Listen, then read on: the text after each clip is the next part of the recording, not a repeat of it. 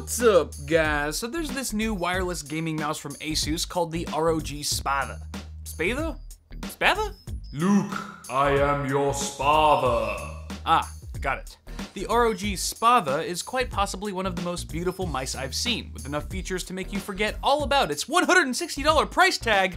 Good lord, this mouse better be on its hands and knees by the end of this video. But you know what? Let's give it the benefit of the doubt, because who knows? There is a slight chance that this device has enough magic over the competition to justify the extreme cost. So let's take a closer look and find out if ASUS delivers, or if they should consider revising their tagline. Aesthetically speaking, the mouse is just gorgeous. It's aggressive without being obnoxious, and it's got all the right curves to make me want to eye-bang it all day. Despite the body's plastic construction, the overall build quality is outstanding, and there's a metal plate inside the device that makes it the heaviest mouse I've come across in ages. This is totally a preference thing, but after a week of use, I still haven't adjusted to the heft. I also tend to lift my mouse a lot when playing FPS games, for example, so the sheer weight of this thing makes it really difficult for me to game comfortably in fast-paced shooters. Fortunately, this wasn't as big an issue in other game genres. On top of weighing a metric ton, the Spatha is also fitted with a larger than average body, whose shape tends to favor palm users over claw grip users. Laying my entire hand flat on a mouse has always felt anything but natural, and truth be told, I've been in less awkward positions at band camp, but interestingly, palm use feels great with this device due to its shape and size. When resting my hand naturally, the rubberized side grips work as intended, and the outer support ledge keeps my ring finger more comfortable than when going my usual claw grip route. After a few days of use, I've completely acclimated as a palm rest user for the first time ever, which is pretty awesome. I just wish I could shed some of the weight to operate at 100% comfort. Or maybe I just need to do more right-handed exercises.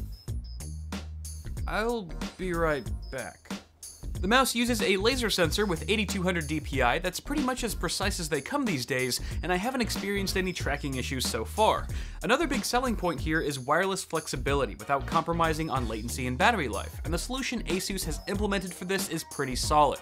The wireless receiver plugs into your PC via a USB cable and doubles as a charging dock so you can start topping off the battery the moment you go AFK.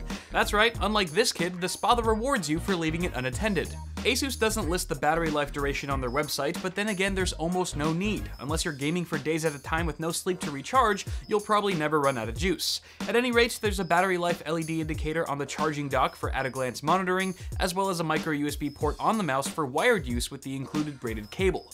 While it's nice to have the tethered option, I found my gaming experience to be identical whether opting for wired or wireless operation.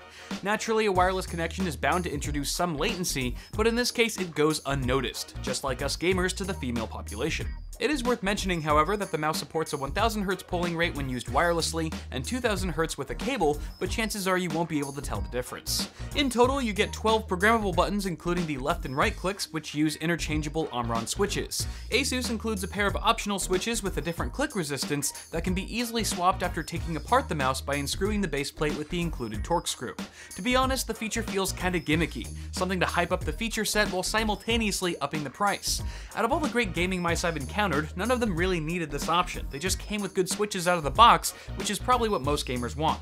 Between the left and right clicks, you'll find a rubberized scroll wheel with a satisfying click, and a 2-level DPI button that I found to be too small and hard to find quickly enough in a heated situation. And suddenly I'm reminded of band camp again. At the front edge of the mouse are 2 buttons that are programmed as your forward and back functions by default, which I reassigned immediately. For the amount of stretching my fingers need to do to reach these, especially the front button, they really ought to require less actuation force. Someone like the Hulk may beg to differ, but I probably won't ever use these buttons unless my fingers magically grow half an inch longer, and the day they do, you ladies know where to find me. The remaining 6 side buttons on the mouse are grouped together for quick thumb access, but the fact that they're all different shapes and sizes makes them seem counterintuitive. However, after a few days of in-game practice, I got fairly used to the button layout with the exception of the undersized middle button, which is hard to click without misfiring the adjacent buttons. Another gripe I have is that the clicks here are nothing to write home about, and I mean that literally. One time I wrote my parents from college and told them how much I loved Cherry Mech's brown switches. But yeah, some of the buttons here actually feel kinda stiff and could stand to be a bit less mushy. Sure, they're tolerable, but for $160, every click on this device should be thoroughly satisfying. Now you've probably noticed by now that the mouse features RGB lighting around the thumb buttons, scroll wheel, and the ROG logo at the back. These 3 lighting zones are individually programmable or can be synced to display the same effect using the ROG Armoury software. There's 6 preset effects to choose from, and they all look great in execution with seamless color cycling. Color accuracy would be perfect, in fact, if it weren't for the white appearing a touch too warm on the ROG logo and slightly cool on the scroll wheel. The only LED feature I was expecting to find but did not was speed adjustment, meaning you're pretty much stuck with the slow default speed of the cycling and breathing effects. I think we've reached a point in high-end RGB devices where a few preset lighting modes just doesn't cut it anymore. Give me a seizure-inducing light show until I'm foaming at the mouth, and now we're getting somewhere. Within the other tabs of the software, you can also adjust power options, increase the liftoff distance, record macros, and of course remap any button on the device to whatever your heart's content. All of these settings along with your LED effects can then be assigned to one of 5 custom profiles. Overall, the UI has a clean presentation, the settings are easy to adjust, and the app runs smoothly from what I can tell, never stuttering, crashing, or just plain wigging out.